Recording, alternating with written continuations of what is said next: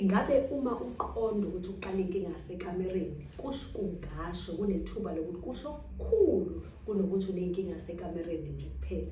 Ungabe ungaqhubeka uvele uyophuza amaphilisi, uvele uthenga amaphilisi noma ugcoba izinto ezithile nje kuphela ukuze ekamereni kuhambe kahle, noma ungenza okukhulu kunalokho.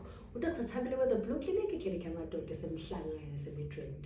Sicela ukumkhumbuza ukuthi ezikhathini eziningi lapho kuqala inkinga yasekamereni zijwayele ukuthi zibe uphawu lokuveza ezinye inkinga ezithile ezikhona emzimbeni. Ngaba izifo ezithile njengoshukela, cholesterol, kungenzeka isikhathi kusibonisa ukuthi kunenkinga ezithile zenhliziyo, iBP.